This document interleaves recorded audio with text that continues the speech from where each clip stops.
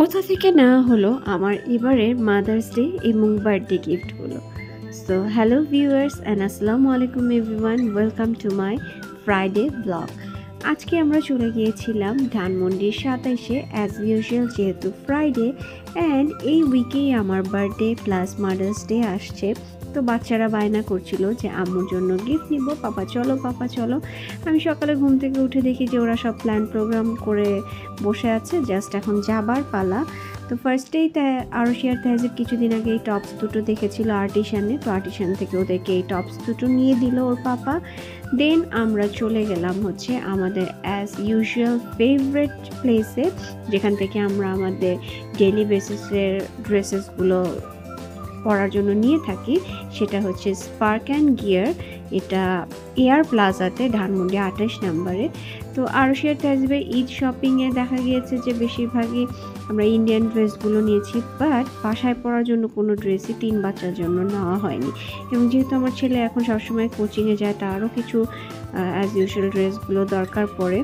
তো এখান থেকেই বাচ্চারা আমার জন্য কিছু গিফটস নিয়েছে, কিন্তু আমাকে দেখায়নি। যখন আমি ট্রায়াল দিচ্ছিলাম তখন তারা নিয়েছে। দেন আমার ছেলের ফেভারেট কিছু শুয়ের দোকানও আছে সেখানে, তো সেখান থেকে একটা দোকানে আমরা গেলাম, ওখান থেকে ও স্যান্ডেল নিল অ্যান্ড স্প্লেড, যেটা আমার ছেলে ফলো করে। তৌহিদ আফ্রিদি এখানকার ব্র্যান্ড অ্যাম্বাসিডার, তো তৌহিদ আফ্রিদিকেও ফলো করে এখানে গিয়েছে এবং এখান থেকে একটা শু নিয়ে নিয়েছে। সেটা এখন দেখাবো না, ওটা আমরা আরেকটা ব্লগের জন্য। দেন আমরা চলে গেলাম লিটল অ্যাঞ্জেলে, আমার বাচ্চাদের সবচেয়ে ফেভারিট প্লেস। আমার বাচ্চাদের না, শুধু আমারও অনেক অনেক অনেক পছন্দের একটা জায়গা। It's a one stop shopping solution for babies, as usual for boys and girls. তো আমরা ঈদের মধ্যে আরশি তেহজিবের জন্য এই শুটা দেখেছিলাম, বাট নেইনি, কারণ ঈদের মধ্যে অনেক শপিং হয়ে গিয়েছিল। বাট যেহেতু এটা আমাদের চোখে লেগেছিল, তাই সেদিন আমরা এটা পারচেস করে ফেলেছি। আর আরশি তো খুবই খুশি এই স্টিকারটা নিয়ে। ও মার্কেটের বিল করার আগে সে নিজের বিলটা করে নিয়েছে স্টিকারে। দেন আমি ওদের জুতার বিলটা পে করে চলে গেলাম হচ্ছে খেতে। আমাদের তাওয়া ক্যাফের খাওয়া অনেক পছন্দ, তো সেদিন আমরা তাওয়া ক্যাফের খাওয়াই খেয়েছি। আর লাস্টে আমি বোরহানিটা খাচ্ছিলাম, ওদের বোরহানিটা অনেক মিষ্টি, তাই আমার কাছে অনেক পছন্দ। তারপর চলে গেলাম হচ্ছে সেদিনের বাজারের জন্য। আর বাজার করার আগেই আমরা মিনা বাজার থেকে সুগার ক্যান জুস, যেটাকে আমরা আখের রস বলে থাকি, সেটা খেয়ে নিলাম। এবং খুবই ওরা হাইজেনিকভাবে জুসটা রেডি করে, এবং আরও সেই জুস খেতে চায় না, সুগার ক্যান জুস। তেহজিবও খেতে চায় না। তো দেখেন দুজন খাওয়া নিয়ে কেমন করছিল।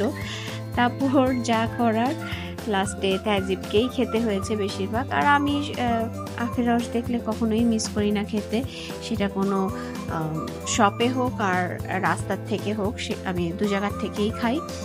তারপর আমার বাসার ফিল্টারটা ভিতরে যে জার্মিকাল কিটটা থাকে ওটা শেষ হয়ে গিয়েছিল, সো আমি একটা জার্মিকাল কিট নিয়ে নিলাম। দেন আমি সবসময় বলে আমার বাচ্চারা বোতলে করে করে পানি খায়, দ্যাটস ওয়াই আমি ওদের জন্য একের পর এক বোতল নিতেই থাকি।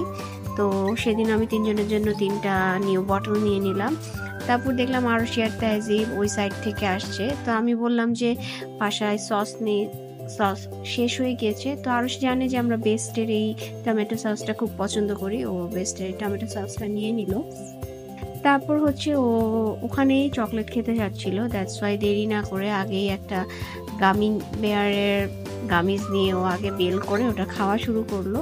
দেন আমরা চলে গেলাম বাকি সেদিনকার গ্রোসারিজগুলো নিতে। তো এই আচারগুলো আমরা অনেক দিন ধরেই দেখি, বাট কখনো নেওয়া হয় না, তো সেদিন নিয়ে নিলাম।